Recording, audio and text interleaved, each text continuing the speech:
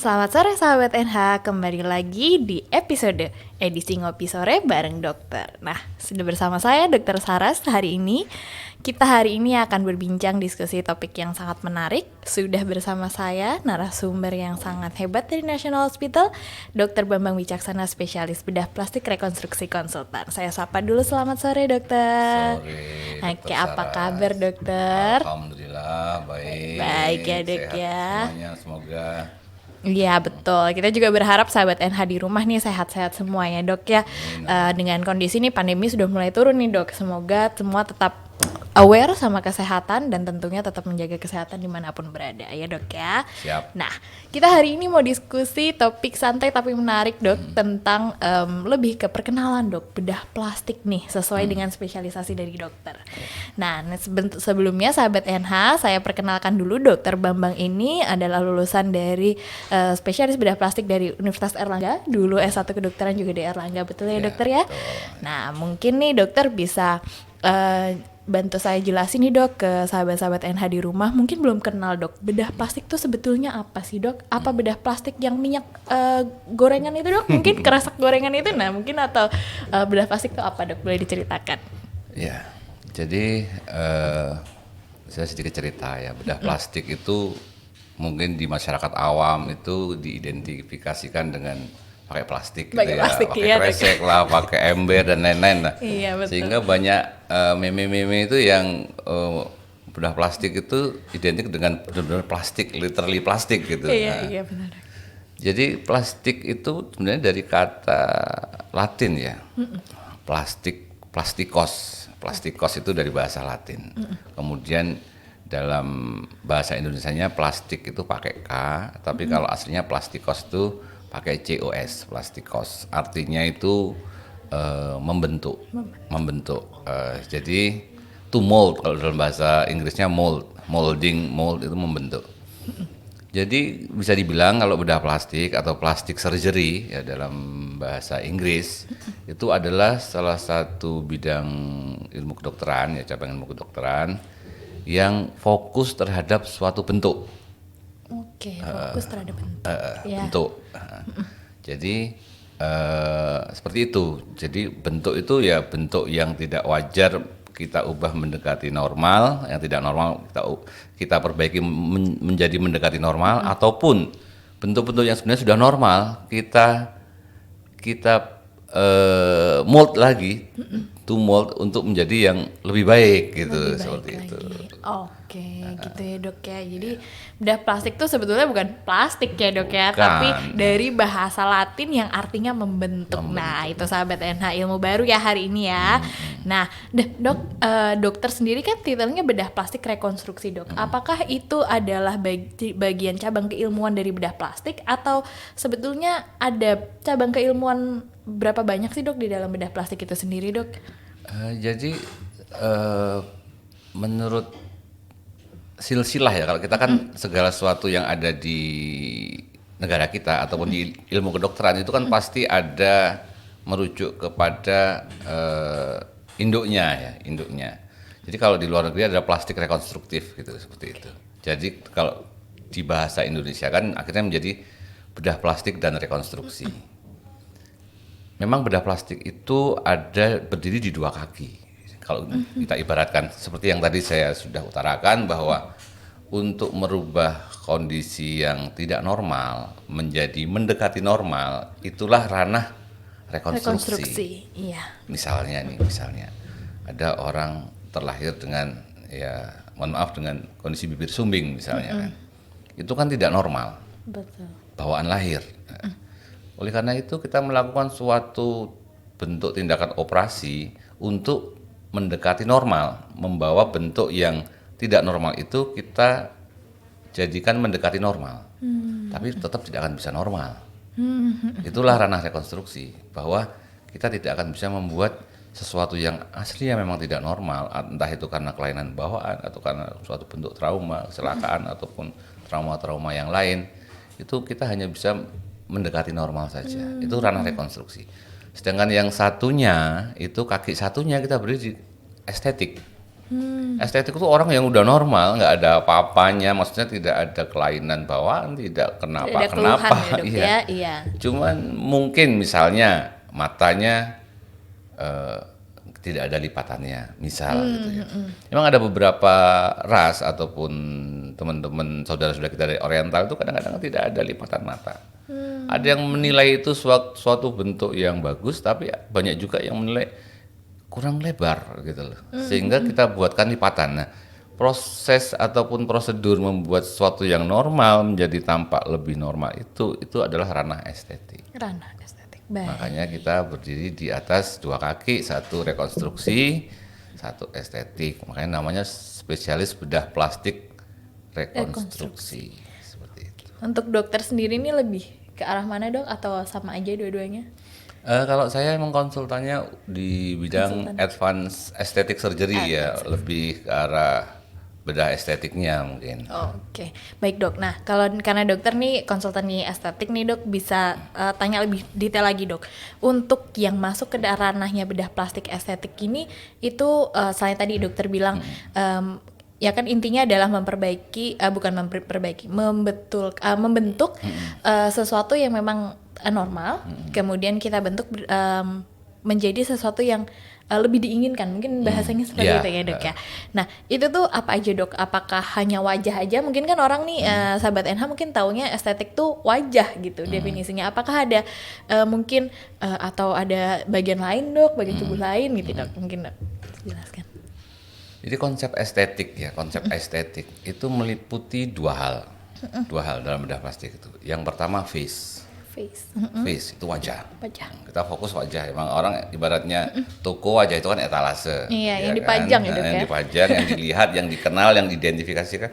iPhone aja pakai face identifikasi, Face ID, ya kan? iya, betul. Berarti itu adalah salah satu hal yang signature, ya kan? Makanya wajah. Yang kedua itu body shape. Body shape. Bentuk Oke, tubuh. bentuk tubuh. Bentuk tubuh itu macam-macam juga nanti. Jadi kalau wajah, kita fokus misalnya wajah nih, kita berbicara wajah. Wajah itu kita berpatokan pada estetik unit ya, ataupun nilai-nilai estetik universal. Kalau saya sendiri belajarnya dari estetik unit menurut Leonardo da Vinci, itu kan ada itu proporsi wajah, mata, hidung, dagu, itu ada proporsi yang ideal di situ. Oh ada ya dok ya. Jadi itu yang kita jadikan patokan untuk melakukan suatu bentuk operasi estetik.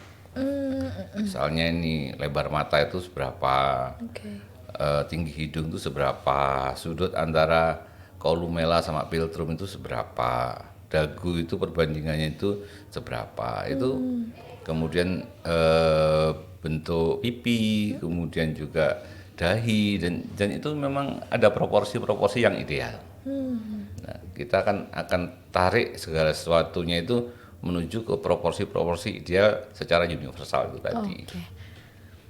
Sedangkan kalau yang body shape itu mulai dari bentuk tubuh, besar lengan gitu kan, besar payudara, lingkar pinggang, kemudian juga pantat ya kan, betis, itu menjadi, kalau wanita itu apa ya? Ya menjadi salah satu diperhatikan. Walaupun orang lain nggak memperhatikan, tapi dirinya sendiri yang akan memperhatikan. Betul. Jadi itu namanya body shape. Sehingga ada prosedur kayak liposuction untuk body scalp ya, jadi sculpture ya, body sculpture ya, itu liposuction. Ada lagi operasi tummy tuck, ada lagi operasi breast ya kan, augmentation ataupun reduction, dan banyak lagi, banyak hal di situ. Bahkan untuk area-area betis, area-area pantat, area-area vital wanita pun juga banyak yang ingin istilahnya itu di upgrade ya, secara kualitas ataupun secara bentuk gitu.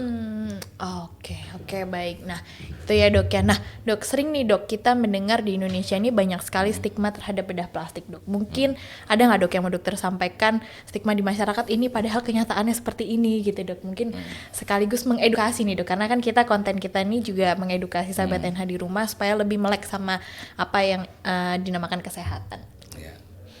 Jadi sebenarnya kalau bedah plastik itu kan adalah ilmu yang ilmiah ya, berdasarkan evidence base, berdasarkan kaidah-kaidah scientific ya, ilmiah. Nah, jadi segala sesuatu yang dilandaskan ataupun didasarkan pada kaidah-kaidah ilmiah itu disebut sains.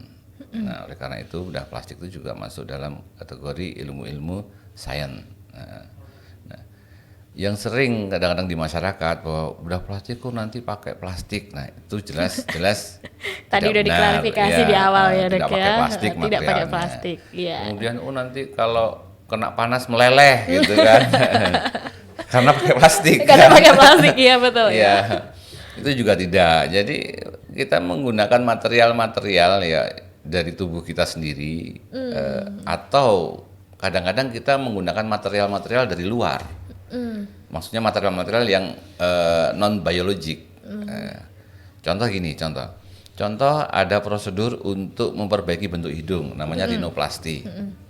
Nah, rinoplasti itu ada beberapa modalitas yang boleh dipakai,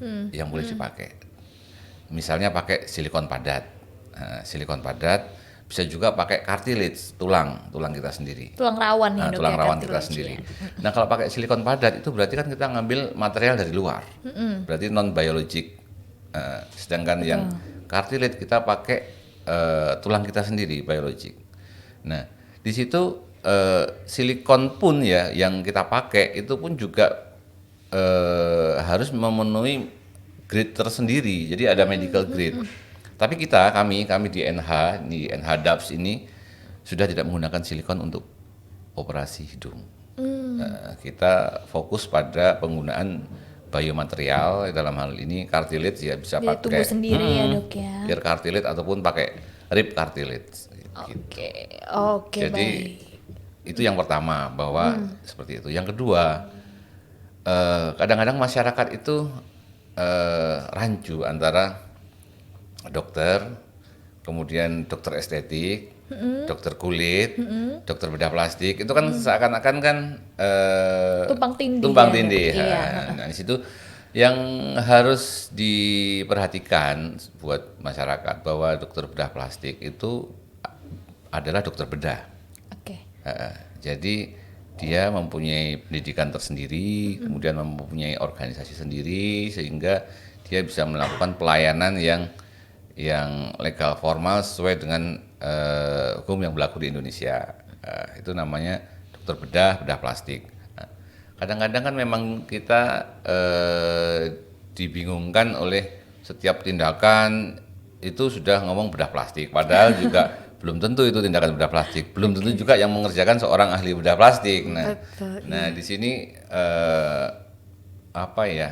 kecerdasan dan atensi masyarakat untuk memilih dan memilah supaya benar-benar misalnya mau operasi ya silahkan ke dokter bedah plastik yang memang mempunyai sertifikasi, jangan ke dokter yang bukan bedah plastik. Seperti itu. Supaya apa?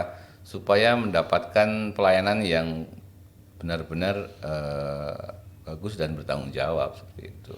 Sesuai kompetensinya Sesuai dokter kompetensinya. masing-masing ya, Dok, ya. Jadi sesuai porsinya, jadi supaya maksimal juga hasil yang didapatkan, kualitasnya, dan juga ya itu tadi dokter bilang bisa dipertanggungjawabkan. Kemudian juga tentunya apa yang diharapkan oleh pasien juga mungkin lebih bisa dipenuhi ya, Dok, ya, jadinya karena dokter memang sudah ahlinya nih bedah plastik. Baik, Dok.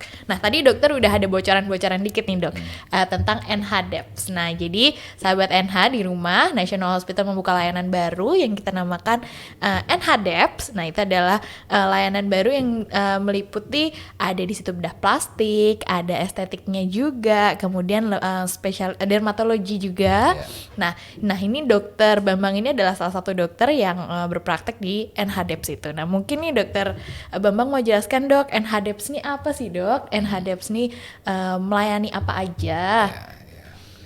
Oke, sahabat-sahabat NH, jadi saya sedikit akan menjelaskan tentang NH-DAPS ya. Kebetulan saya yang leader di sini di NH-DAPS ini. Jadi DAPS itu akronim dari dermatologi, estetik, dan plastik surgery.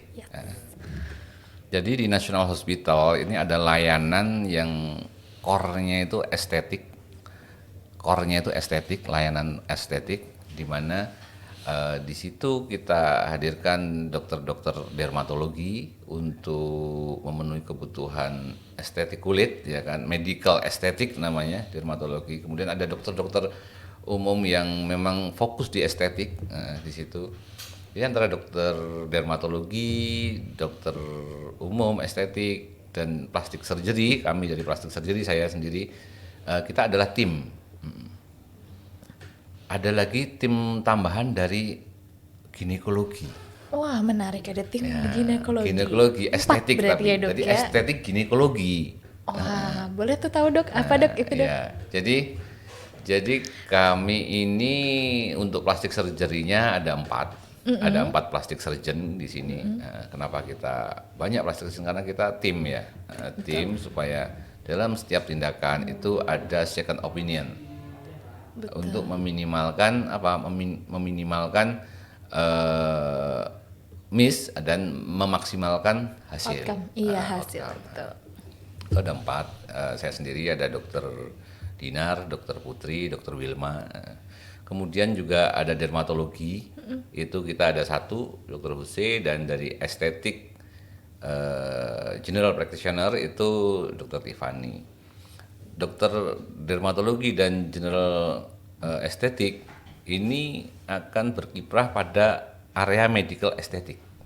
Oke, medical estetik itu apa, Dok? Medical estetik itu mulai laser, ya kan, treatment, kemudian krim, kemudian slimming, dan pokoknya yang sifatnya non surgical. Sifatnya non surgical, non bedah. Iya, Iya, non surgical.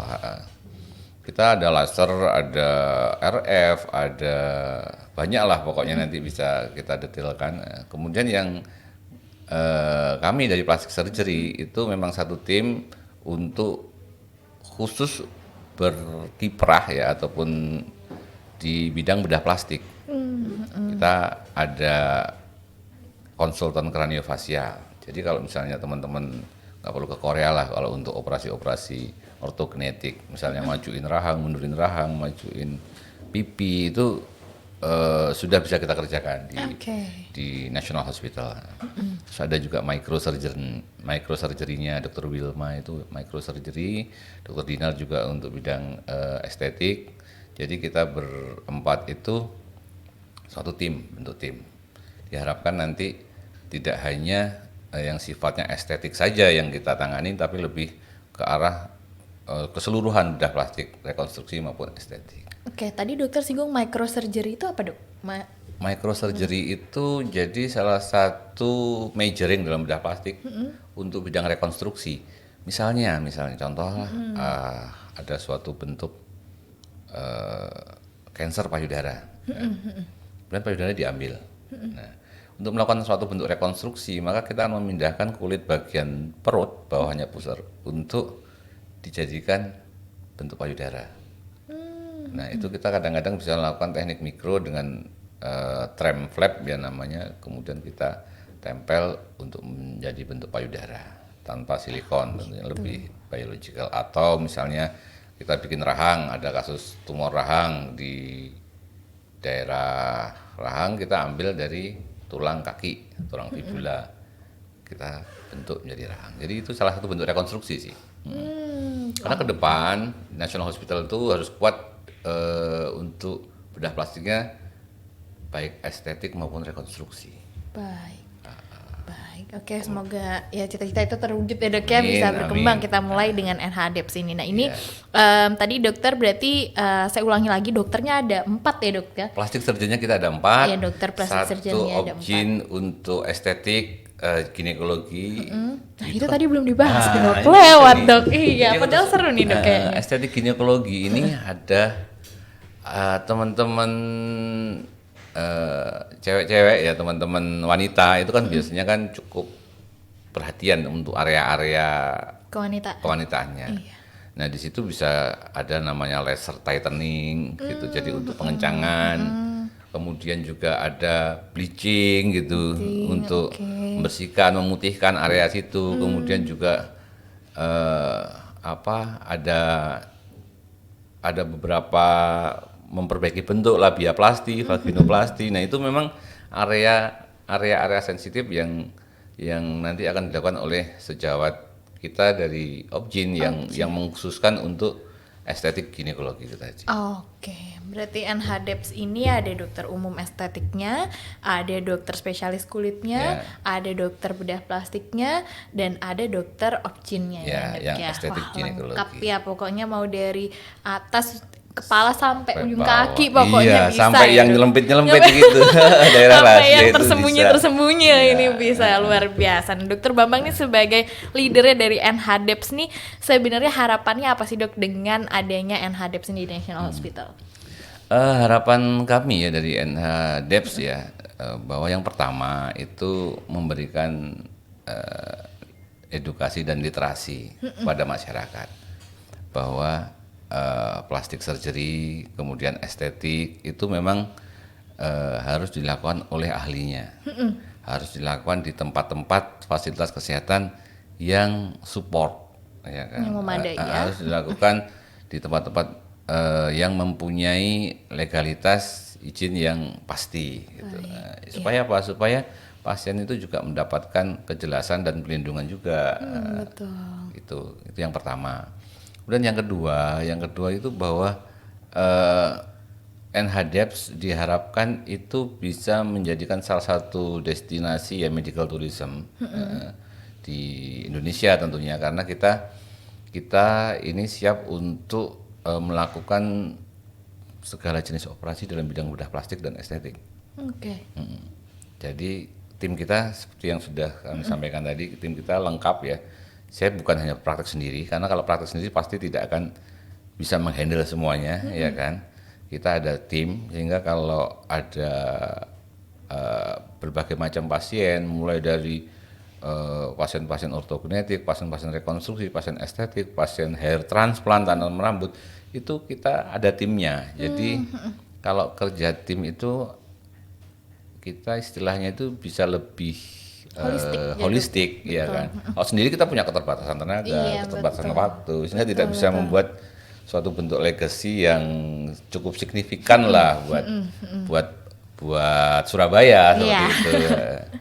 Jadi diharapkan NHDEPS ini menjadi salah satu center ya bedah plastik ya di Indonesia Timur, dan bahkan mungkin saya harapkan di Indonesia nanti akan segera menghemat devisa yang keluar dari negara. Orang nggak perlu ke Korea, Nggak perlu ke Korea, nggak perlu ke Thailand, ya nah, kan? itu Udah ke Surabaya dua yang saja. tren tuh, Dok. Nah, oke. Karena memang banyak sih warga negara Indonesia yang operasi Korea, operasi di Thailand. Mungkin tempatnya lebih bagus mungkin di sana. Mungkin juga prestis, kalau operasi di luar negeri itu kan kayaknya prestisnya wah saya operasinya di luar negeri nih gitu. Tapi sebagai sebagai anggota atau komponen bangsa, sebagai warga negara, maka kalau kami pribadi ya bahwa kita akan membentuk suatu tempat pelayanan yang representatif ya, yang memang bagus, didukung oleh sumber daya manusia dan peralatan dan rumah sakit yang cukup memadai untuk meminimalkan teman-teman yang operasi di luar negeri. Jadi kita sekalian edukasi nih ke sahabat-sahabat NH maupun juga masyarakat Indonesia bahwa dokter-dokter di Indonesia tuh hebat-hebat, dan dokter Indonesia juga bisa melakukan apa yang sebenarnya dicari di luar negeri itu sebenarnya kita juga bisa ya, Dok ya. Cuma mungkin itu tadi dokter akan meliterasi dan mengedukasi, karena ya mungkin masyarakat itu masih belum familiar, masih belum tahu nih kalau ternyata dokter-dokter kita juga sama hebatnya sama dokter di luar negeri. Nah, itu tadi. Nah, Dok, tapi emang trennya bedah plastik sendiri tuh untuk di Indonesia, terutama di Surabaya ini gimana sih, Dok? Apakah memang banyak yang cari atau masih kurang tahu mungkin masyarakat Indonesia gimana, Dok? Ya. Kalau tren ya di Surabaya ya, kalau untuk pasien bedah plastik cukup banyak. Buktinya kan ya, saya selama ini praktek di dunia bedah plastik ya, sebelum kita meng-create NHDAP ini kan sudah lebih dari 10 tahun saya sebagai seorang ahli bedah plastik. Itu ya Surabaya ini cukup banyak pasien-pasien yang menginginkan operasi bedah plastik. Nah, kayak misalnya aja minggu ini aja mungkin saya sudah 3 ya untuk operasi estetik itu 3 kemarin hari Senin, kemudian besok hari Kamis sama hari Jumat itu baru saya sendiri dan di satu rumah sakit kan misalnya gitu. Belum lagi yang lain. Makanya ketika pasar atau kalau kita melihat pasien itu sebagai pasar ya, pasar bedah plastik itu adalah pasar yang bisa di-create. Orang yang tadinya nggak mau operasi nih, terus lihat temannya operasi, kok bagus juga ya kan, gue ikut operasi juga kan gitu iya, kan. benar. Berbeda dengan pasien-pasien kecelakaan yang selalu berdasarkan statistik kan. Karena pasien fraktur tulang gitu, sebulan rata-rata segini itu kan statistik, tidak bisa di-create. Betul. Kalau pasien bedah plastik itu kan seluruh manusia itu mempunyai potensi untuk menjadi pasien Bedah plastik, baik betul. laki-laki maupun perempuan. Baik laki-laki maupun perempuan. Baik Oke, laki-laki nah ini maupun sekaligus nih. Jadi sahabat NH Debs ini nggak cuma buat perempuan ya, tapi juga buat laki-laki juga bisa. Jadi silahkan nanti kalau misalnya mau tahu lebih lanjut NH Debs itu apa, mungkin bisa dilihat di sosial medianya NH National Hospital, atau mau datang langsung boleh, nanti langsung bisa konsultasi ya dok ya. Boleh, Pastinya. Nah dok, kita bicara untuk ini masuk ke ranah sedikit lebih klinis lagi. Nah untuk pasien-pasien nih dok yang misalnya mau bedah plastik, kira-kira tuh persiapannya apa sih dok? Atau misalnya harus konsultasi berapa kali dulu, harus menyiapkan diri seperti apa? Kita bicara luas ya dok ya, mungkin dari segi persiapan diri, persiapan mental, persiapan ekonomi, mungkin dokter bisa jelaskan apa aja nih dok kira-kira persiapan yang harus disiap. Jadi pasien estetik ya, kita berbicara pasien estetik ya. Pasien estetik itu adalah pertama persiapannya pasien harus sehat. Harus sehat. Betul. Ya, pertama sehat. Sehat itu sehat secara jasmani ya. Karena untuk melakukan tindakan-tindakan operasi estetik itu kan suatu bentuk tindakan yang bukan tindakan murni indikasi medis. Baik. Jadi kalau pasiennya sakit terus mau operasi plastik, saya rasa absurd ya itu ya. Ya harus sehat dulu lah. Sehatin dulu. Ya. Setelah sehat sebagai kebutuhan pokok itu kan sehat. Iya betul. Masalah cantik, bagus dan lain-lain itu kan boleh setelah sehat, ya kan. Jadi prinsipnya satu sehat dulu. Kemudian persiapan yang kedua itu adalah persiapan psikologis. Psikologis itu menyangkut masalah misalnya ini saya mau melakukan operasi pada area payudara misalnya. Persiapan psikologis itu yang harus dikomunikasikan kalau sudah berkeluarga kan harus dikomunikasikan sama pasangannya. Ya, mas suami, betul. Kalau belum berkeluarga ya mungkin sama orang tua, ya kan. Kenapa? Karena proses-proses sosial, psikologis dan interaksi sosial itu akan menjadi salah satu hal yang mempengaruhi nanti kenyamanan, bukan outcome-nya. Kenyamanan dia. Ada yang tiba-tiba misalnya habis operasi terus orang lain nggak tahu, loh itu kenapa kok tiba-tiba kok jadi seperti itu, kok lebih gede itu, apa nggak gedean ya, jadi hal-hal seperti itu. Persiapkan diri. Yang kedua masalah ekspektasi. Nah, untuk masalah ekspektasi ini ada baiknya harus berkonsultasi memang. Jadi nggak bisa dong pasien datang, dok saya datang saya mau operasi ini, nggak bisa. Operasi langsung? Oh nggak bisa.